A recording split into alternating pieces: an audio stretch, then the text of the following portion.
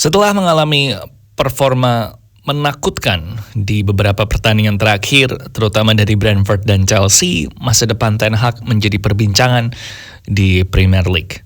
Tapi sebenarnya bagaimana masa depan Ten Hag? Akankah dia masih bertahan di musim depan atau bahkan musim ini? Itulah topik Bola Adalah Teman hari ini, nasib dan masa depan Ten Hag.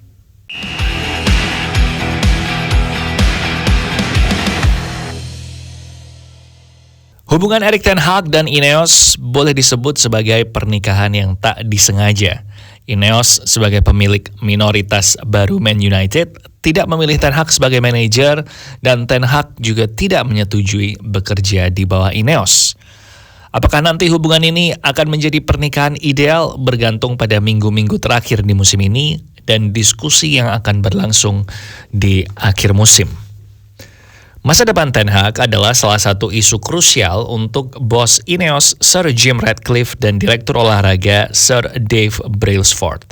Belum ada keputusan soal Ten Hag, tapi perencanaan untuk musim depan dilakukan dengan Ten Hag sebagai manajer.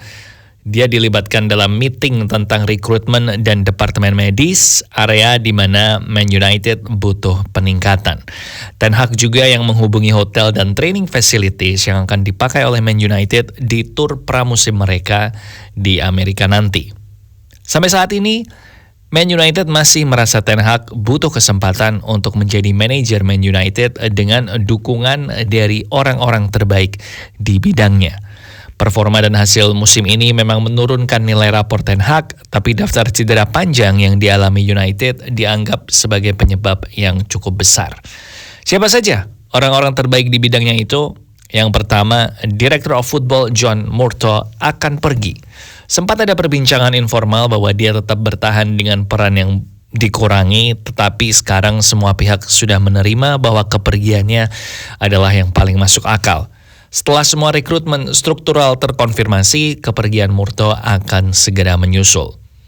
Direktur teknik Southampton, Jason Wilcox, diyakini akan menjadi direktur teknik yang baru. Dia akan berkomunikasi setiap hari dengan manajer Man United dan menjadi perantara dengan direktur. Dia juga akan menjadi jembatan antara first team dan akademi, serupa dengan kerjanya dulu sebagai direktur akademi di Manchester City sebelum dia ke Southampton. Darren Fletcher, direktur teknik United saat ini, akan menerima job title baru dan tanggung jawab baru. Pengganti John Murtough kemungkinan besar adalah Dan Ashworth dari Newcastle. Ini adalah jabatan yang krusial karena Ineos menghendaki memberi otoritas ke Ashworth soal posisi manajer.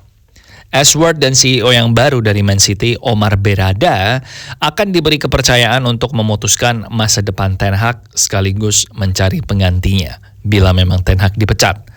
Dua nama yang telah dipertimbangkan oleh Ineos adalah Gareth Southgate, pelatih Inggris, dan Graham Potter yang sekarang available sejak dipecat oleh Chelsea.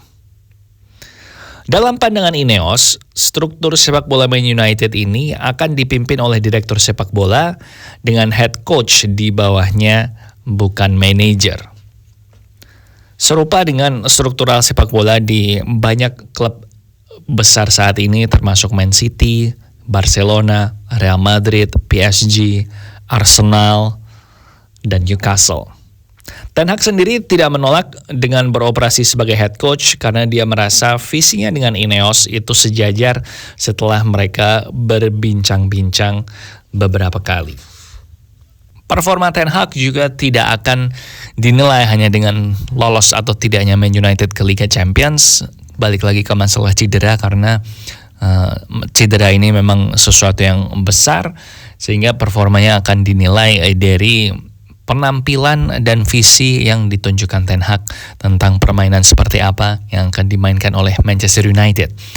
Tentu saja kekalahan dari Chelsea menurunkan nilainya, tetapi kemenangan dari Liverpool di FA Cup juga menaikkan nilainya, dan di kekalahan dari Chelsea pun Sir Jim Ratcliffe juga bisa melihat bahwa Man United ini masih memiliki semangat juang, dari ketinggalan 2-0 bisa mengejar dan membalikan keadaan menjadi 3-2. Ineos sendiri sudah mengatakan bahwa mereka tidak akan terburu-buru menetapkan pilihan. Sir Jim Ratcliffe mengatakan, kami akan berjalan ke solusi yang benar, bukan berlari ke solusi yang salah. Tapi kembali lagi, performa Man United di minggu-minggu terakhir ini akan mempengaruhi kemungkinan Erik ten Hag bertahan. Jadi, bagaimana masa depan Ten Hag? Untuk saat ini, kemungkinan besar dia masih akan bertahan musim depan dengan struktur yang lebih baik, walaupun Man United gagal lolos ke Liga Champions. Tetapi kepastiannya baru bisa dipastikan nanti di akhir musim. Bagaimana dengan kamu?